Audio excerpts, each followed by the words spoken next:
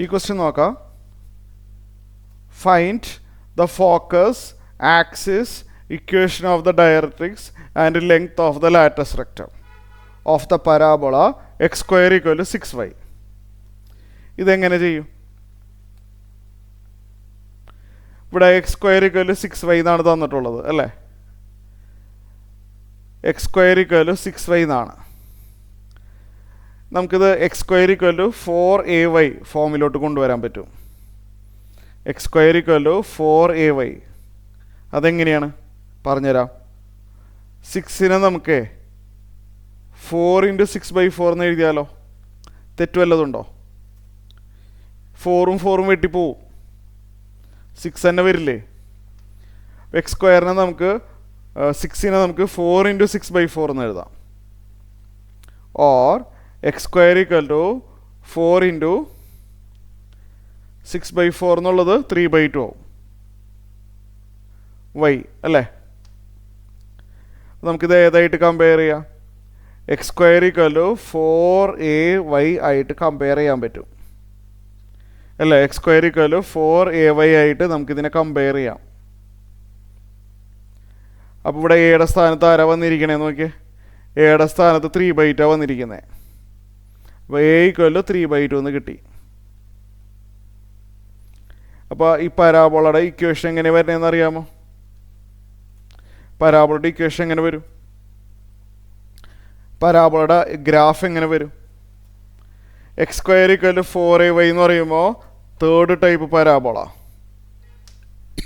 എല്ലാ ടൈപ്പും നല്ലപോലെ പഠിച്ചിട്ടുണ്ടാവണം. X square equal to 4ay എന്ന് പറഞ്ഞാൽ third type parabola, upward parabola. ഇങ്ങനെയാണ് വരാം. പരാബോളയുടെ ഉള്ളിലാണ് ആര്? ഫോക്കസ്. ഒറിജിനിൽ നിന്ന് ഫോക്കസ് വരെയുള്ള ഡിസ്റ്റൻസ് എന്താണെന്ന് അറിയാമോ?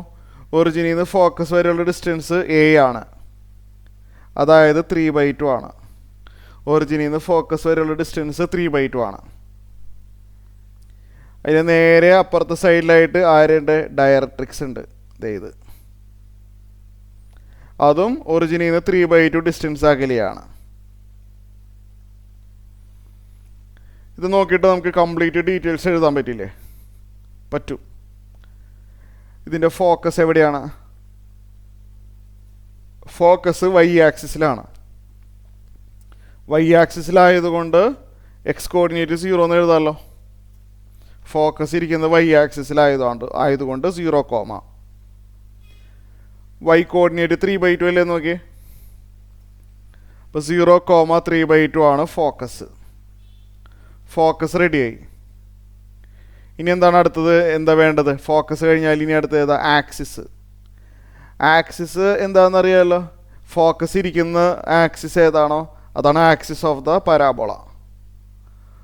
ഫോക്കസ് ഇരിക്കുന്ന y ആക്സിസിലാണ്. So axis of the parabola y axis. ഇനി ഇക്വേഷൻ ഓഫ് ഡയറക്ട്രിക്സ് അല്ലേ?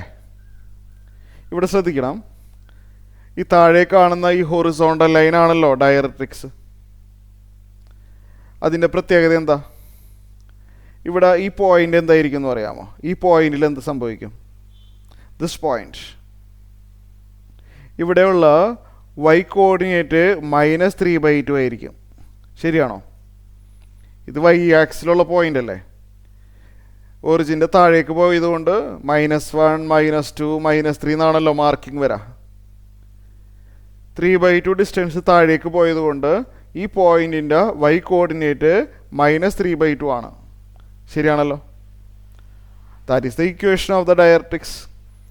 It is A line having y coordinate -3/2.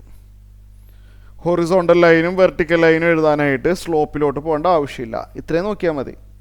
It is the line having y coordinate -3/2 അല്ലേ? അപ്പോൾ ഡയറക്ട്രിക്സിൻ്റെ ഇക്വേഷൻ എഴുതാൻ പോവാണ്. ഡയറക്ട്രിക്സ് y = -3/2, അഥവാ -3/2 ലെഫ്റ്റിലോട്ട് എടുക്കുകയാണെങ്കിൽ y + 3/2 = 0. ഡയറക്ട്രിക്സ് ആയി. ഇനി ലെങ്ത് ഓഫ് ലാറ്റസ് റെക്റ്റം, അത് 4a ആണ് നമുക്കറിയാം. 4a എന്ന് പറയുമ്പോൾ 4 × A3/2 അല്ലേ, ഇവിടെ എഴുതിയിട്ടുണ്ടല്ലോ A3/2 ആണ്. 4 × 3/2 6 വരും. ക്ലിയർ?